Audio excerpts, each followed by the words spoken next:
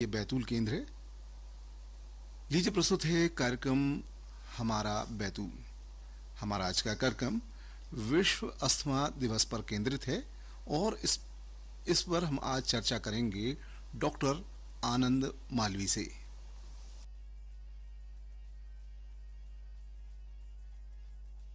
नमस्कार। कार्यक्रम हमारा बैतूल में आप सभी का स्वागत है। श्रोताओं, हर साल मई माह के पहले मंगलवार को विश्व अस्थमा दिवस मनाया जाता है, जिसका उद्देश्य अस्थमा रोग के प्रति जागरूकता फैलाना और इसके प्रबंधन में सुधार करना है। माना जाता है कि ये दीर्घकालिक बीमारी है जिसे उचित उपचार से नियंत्रित किया जा सकता है। तो इसी स्वास्थ्य संबंधी विषय पर आज इस कार्यक्रम में हम आपको मिलवा रहे हैं बैतूल शहर के प्रतिष्ठित चिकित्सक डॉक्टर आनंद मालवी जी से। डॉक्टर साहब, आपका आज के इस प्रोग्राम में बहुत बहुत स्वागत। सबसे पहले हम आपसे अस्थमा रोग के बारे में जानना चाहेंगे। अस्थमा रोग क्या है, ये किस तरह की बीमारी है? अस्थमा रोग जो है एक हमारी बॉडी का हाइपर सेंसिटिव रिस्पॉन्स है अच्छा। एंटीजन के प्रति। तो ये एक प्रोक्सिमल डिसीज है। प्रोक्सिमल डिसीज यानी एक एपिसोड की तरह आता है, और जब ये एपिसोड आता है उस तरह सांस लेने में दिक्कत होना, खांसी होना और सीटी जैसी आवाज आना सोने के दौरान या सांस लेने के दौरान, ऐसे कुछ लक्षणों से इस रोग का रोगी प्रेजेंट हो सकता है। और इन एपिसोड्स के दौरान व्यक्ति बिल्कुल नॉर्मल भी हो सकता है या फिर उसको हल्की फुल्की सांस की तकलीफ हो सकती है। अच्छा। क्योंकि ये एक प्रोक्सिमल डिसीज है, एक हाइपर इम्यून रिस्पॉन्स है।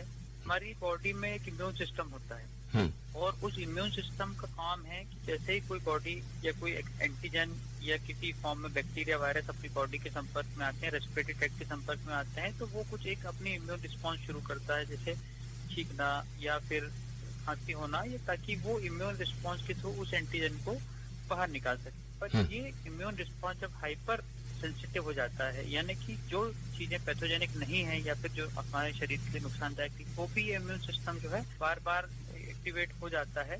और इस एक्टिवेशन के कारण, इम्यून सिस्टम के एक्टिवेशन के कारण ये इस रोग के लक्षण हो सकते हैं। तो डॉक्टर साहब, कैसे पता चलेगा कि हमको अस्थमा रोग हो गया है, या इसके लक्षण हल्के या गंभीर दोनों किस्म के हो सकते हैं क्या?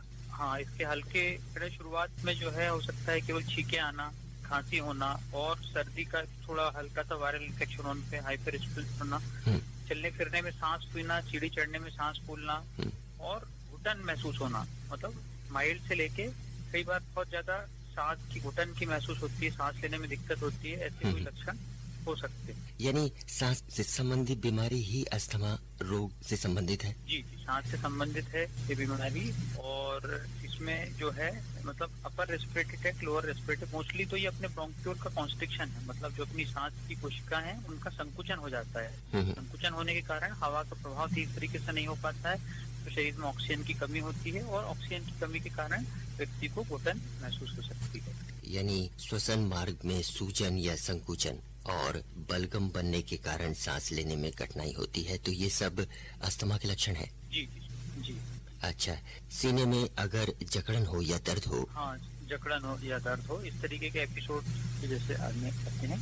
एक PFT करके पल्मोनरी फंक्शन टेस्ट होता है। अच्छा। और ये टेस्ट में उस व्यक्ति की जो है, जब एपिसोड के दौरान अपन करते हैं तो उसकी जो है जो वाइटल कैपेसिटी है और ये सब चीजें जो है उसमें मार्क की जाती है PFT के दौरान। और फिर एक बार उसको ब्रोंकोडायलेशन थेरेपी दी जाती है कि उसमें कितना इम्प्रूवमेंट होता है, क्योंकि ये रिवर्सिबल है होता है। रिवर्सिबल में जब जो इम्प्रूवमेंट जो समझ में आता है तो उससे ये कंफर्म होता है कि इसको ब्रोंकियल अस्थमा ही है।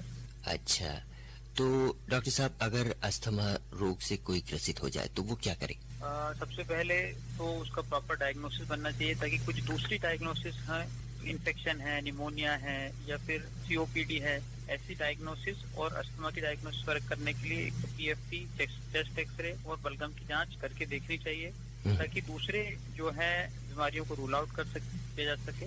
और लक्षणों के आधार पर भी, हिस्ट्री के बेस पे भी इसकी हम जांच करते हैं। एक तो पेशेंट की हिस्ट्री लेके, फिर एग्जामिनेशन में जो है उसकी श्वसन तंत्र का एग्जामिनेशन करने पे जो उसकी सांसों की जो आवाज है उसमें एक सीटी की तरह जो है ऑस्कल्टेशन पे कई बार साउंड आता है। और इस तरह से जांच में कंफर्म होने के बाद उस पेशेंट की काउंसलिंग बहुत जरूरी है, क्योंकि ये रिवर्सिबल डिसीज है। और एपिसोडिक डिसीज है। तो इसमें आज के समय की बहुत बड़ी खोज है। इनहेलेशनल थेरेपीज हैं। इनहेलेशनल थेरेपीज जो है जिनको इनहेलर्स भी कहता है, जिस पाउडर के रूप में भी होते हैं, इनहेलर के रूप में भी होते हैं। तो इनको यदि लिया जाए कुछ समय के लिए लगातार लिया जाए तो ये अस्थमा के पेशेंट को एपिसोड्स आने की संभावना भी कम हो जाती है और उसकी क्वालिटी ऑफ लाइफ में भी बहुत फर्क आता है। जी बिल्कुल डॉक्टर साहब, इस साल का जो थीम है वो अस्थमा से पीड़ित सभी लोगों के लिए सूजन रोधी यानी एंटी इन्फ्लेमेटरी इनहेलर तक पहुंच अभी भी एक अत्यावश्यक आवश्यकता है। तो ये जो सूजन रोधी एंटी इन्फ्लेमेटरी इनहेलर ये क्या है? एंटी इन्फ्लेमेटरी इनहेलर है। इसमें जो ड्रग्स होती हैं, पाउडर फॉर्म में ड्रग्स होती हैं, आप बहुत लो डोज में है और ये जो रहती है इन्फ्लेमेशन को कम कर सकते हैं। एंटी इन्फ्लेमेटरी जो इन्फ्लेमेटरी रिस्पॉन्स है अपना किसी एंटीजन के प्रति या जो अस्थमा में होता है उस इन्फ्लेमेशन को कम करते हैं और साथ में ये ब्रोंकोडायलेटर्स भी होते हैं, ये कॉम्बिनेशन में यूज करते हैं। तो एक तो सूजन को कम करते हैं और संकुचन को कम करते हैं, दोनों के कॉम्बिनेशन। और जो सूजन और संकुचन यदि कम होता है तो इससे क्वालिटी ऑफ लाइफ जो है या लक्षण जो होते हैं रोगी के उसमें बहुत उसको आराम मिलता है। तो डॉक्टर साहब अस्थमा रोग के लक्षण क्या है? अस्थमा रोग के लक्षण जो है खांसी आना, सांस में तकलीफ होना, घुटन महसूस होना, खांसी के साथ कई बार बलगम भी आ सकता है।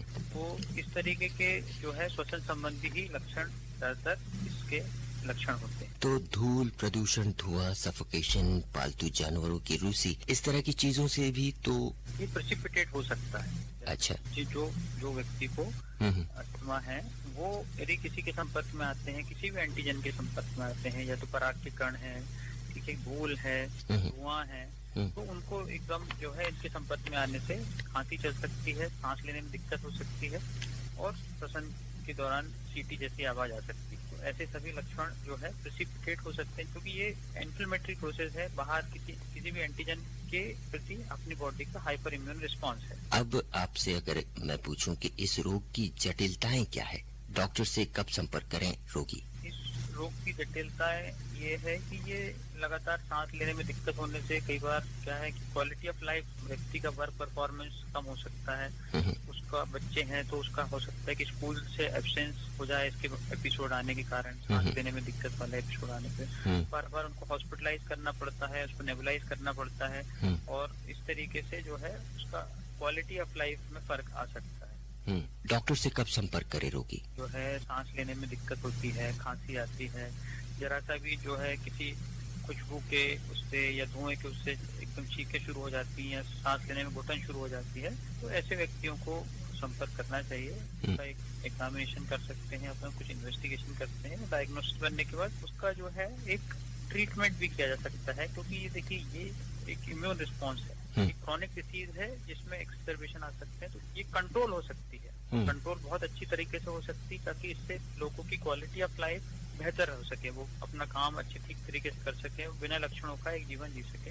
तो ये आजकल के समय में जो ये रिवॉल्यूशन है, जैसे जो डिवाइसेस हैं, जो इनहेलेशनल डिवाइसेस हैं, ये पाउडर फॉर्म में भी आती है और इनहेलेशनल जो मल्टीड्रग इनहेलर्स भी आते हैं, तो इनके रेगुलर सेवन से जो अस्थमा से पीड़ित व्यक्ति है उसकी क्वालिटी ऑफ लाइफ में बहुत सुधार हो सकता है। और क्योंकि ये दवाइयाँ जो है इनहेलेशनल फॉर्म में ली जाती है इसलिए इनके साइड इफेक्ट्स बहुत कम। अच्छा, बहुत भ्रांतियां होती हैं इस बारे में इनहेलेशनल को लेके, इनहेलेशनल ड्रग्स को लेके और टैबलेट्स को लेके। तो डेफिनेटली मैं इस मंच के माध्यम से लोगों को यही बोलना चाहूंगा कि इसको यूज करने से उनकी क्वालिटी ऑफ लाइफ में, उनकी डिसीज में डेफिनेटली बहुत फर्क महसूस करेंगे और अपने एक अच्छा जीवन ब्रोंकियल अस्थमा के साथ जी पाएंगे।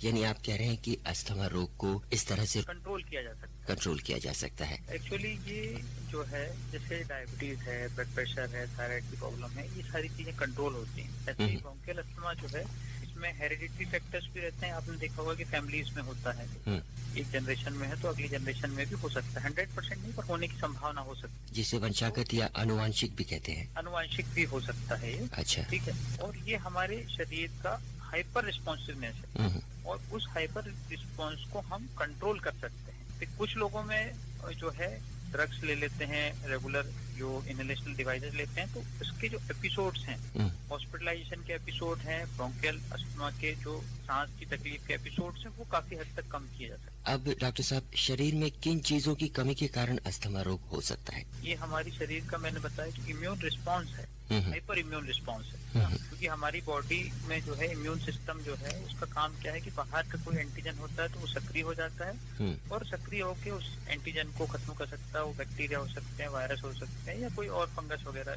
जो भी हो सकते हैं। पर अस्थमा के रोगी में ये हाइपर सेंसिटिव हो जाता है, यानी मतलब जो चीजें हमारे शरीर के लिए जैसे धुआं है उतनी हार्मफुल नहीं, ठीक है ना, या कोई सुगंध है या पराग के कण है, पर वो चूंकि हमारा एक टेंडेंसी है उसके प्रति इम्यून रिस्पांस को जनरेट करने की, तो वो इम्यून रिस्पांस उस एंटीजन के प्रति हाइपर, मतलब जो पैथोजेनिक नहीं है तो भी वो इम्यून रिस्पांस जनरेट हो जाता है, और जो एक बार जनरेट हो जाता है तो उससे संबंधित सारे लक्षण व्यक्ति में आना शुरू हो जाते हैं। अच्छा। ऐसा इसका किसी पोषक तत्व की कमी से उतना रिलेशन नहीं है जितना कि बॉडी की हाइपर इम्यूनिटी से है रिस्पांस। तो फिर अगर किसी को अस्थमा का रोग हो जाए तो उसे खाने की चीजों में किन चीजों से परहेज करना चाहिए उसे? एक पर्टिकुलर परहेज नहीं है, जनरली ऐसा देखने में आता है कि ठंड के दिनों में ये एपिसोड बढ़ जाते हैं, क्योंकि वैसे भी ब्रोंकोकंस्ट्रिक्शन होता है, तो ठंड के दिनों में थोड़ा ठंड से बच के रहें। उसके बाद यदि किसी को ऐसा व्यक्ति को महसूस होता है कि कोल्ड ड्रिंक पीने से या फिर कुछ पर्टिकुलर खाद्य पदार्थ खाने से उसको ये एपिसोड प्रेसिपिटेट होते हैं, तो वो उस व्यक्ति को उन सब चीजों से थोड़ा सा परहेज रखना चाहिए ताकि ऐसे एपिसोड कम आए। डॉक्टर साहब, जो समझ में आ रहा है कि आमतौर पर प्रदूषण जैसी चीजें भी अस्थमा के लिए जिम्मेदार होती हैं। हाँ जी जी जी। तो बैतूल जिला तो प्राकृतिक रूप से समृद्ध जिला माना जाता है, यहाँ प्रदूषण की मात्रा गंभीर स्थिति में तो नहीं है, तो यहाँ अस्थमा के मरीजों की स्थिति या अस्थमा रोग की स्थिति क्या है? अस्थमा रोग की स्थिति यहाँ पर भी है और धीरे धीरे जैसे जैसे पॉल्यूशन बढ़ रहा है। तो दूसरा ये है कि अस्थमा के जो रोगी है उसमें जो अपना बॉडी का इम्यून रिस्पांस वो किसी पॉलन वगैरह के प्रति भी जो है हाइपर रिस्पॉन्सिविटी हो सकती है। हमारे यहाँ बहुत ज्यादा आजकल पौधे होते हैं, कुछ ऐसे पेड़ वगैरह उसके पॉलन से भी ऐसा प्रेसिपिटेट हो सकता है। दूसरा केमिकल से भी प्रेसिपिटेट हो सकता है, केमिकल फैक्ट्री के धुएं से भी प्रेसिपिटेट हो सकता है।